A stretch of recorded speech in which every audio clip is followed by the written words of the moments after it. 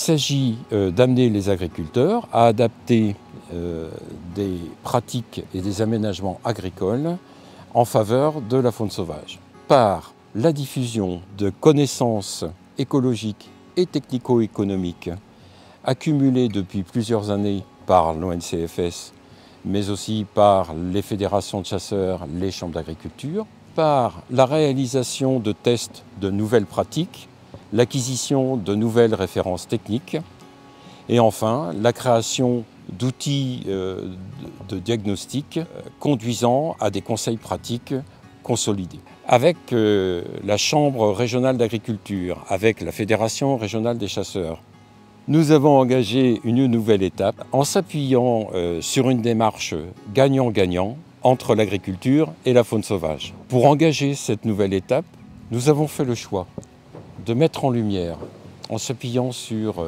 des vidéos, des portes ouvertes, des agriculteurs qui, tous, cherchent le bon équilibre entre leurs pratiques et la préservation de la faune sauvage. Dans le cadre du programme Agrifaune Normandie, les acteurs du monde agricole et cynégétique ont mené des travaux afin de limiter la mortalité sur la faune sauvage.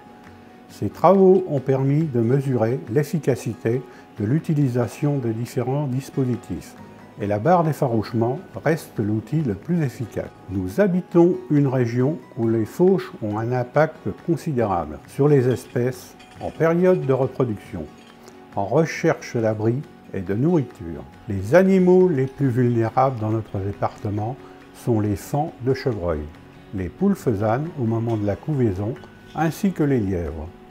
Pour vous fournir un exemple, dans certains départements, sur des parcelles de prairies naturelles ou de trèfle, c'est une mortalité de plus de 20 faisans pour 100 hectares qui a pu être observée. La barre d'effarouchement, c'est un outil agricole destiné à faire fuir les animaux avant le passage de l'outil de broyage ou de fauche du couvert.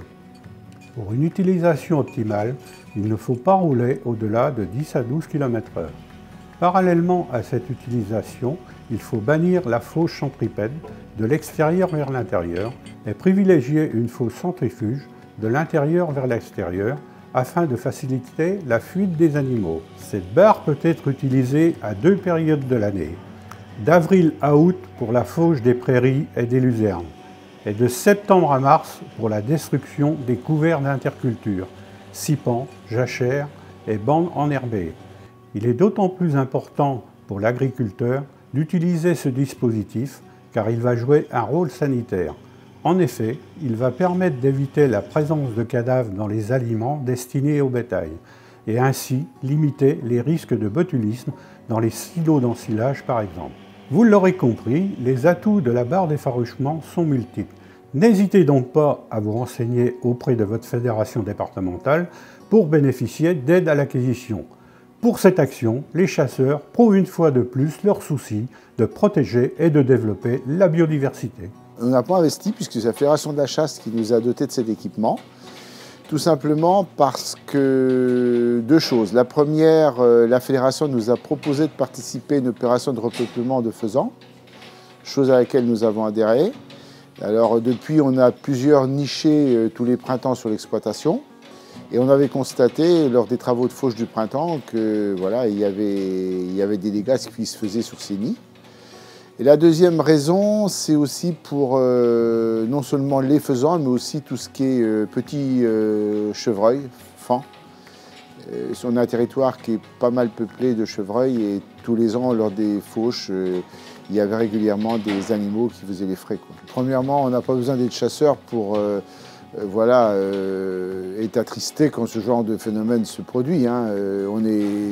On n'a pas besoin d'être éleveur non plus, hein. L'attachement à la vie des animaux, c'est quelque chose qui nous est cher, hein. Donc voilà, la première des choses. Et l'intérêt est doublé du point de vue cynégétique, parce que je suis un chasseur, je me définis comme un chasseur responsable, c'est-à-dire plus peu m'occuper du maintien de la biodiversité que des prélèvements que j'opère au long de l'année, hein.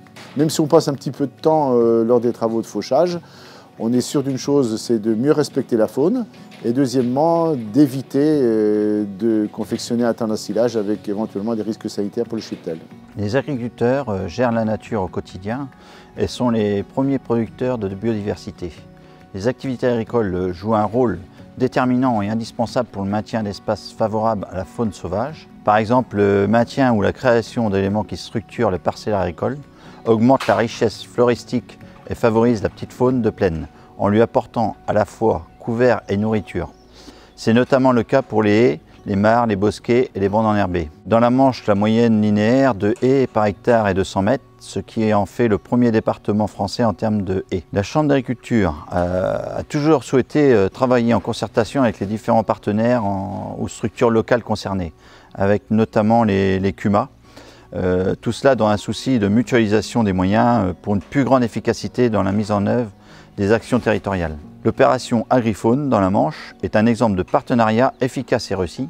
Ce sont plusieurs années d'action commune entre agriculteurs et chasseurs avec des thématiques variées. Réseau de fermes témoins, diagnostic paysage et biodiversité, couvert d'interculture, plantation et gestion des haies et adaptation des pratiques de fauche avec plusieurs modèles de barres d'effarouchement développés depuis 2010. Les différentes structures impliquées, bien qu'ayant des missions et des objectifs différents au départ, ont su mettre en avant des adaptations de pratiques et favoriser la complémentarité des approches sur le terrain. Avec l'exemple d'AgriFaune, la Chambre d'agriculture encourage le développement de démarches partenariales mettant l'accent sur la concertation avec les agriculteurs, avec la volonté de ne jamais perdre de vue la rentabilité économique de l'activité agricole, ce qui est un gage de durabilité.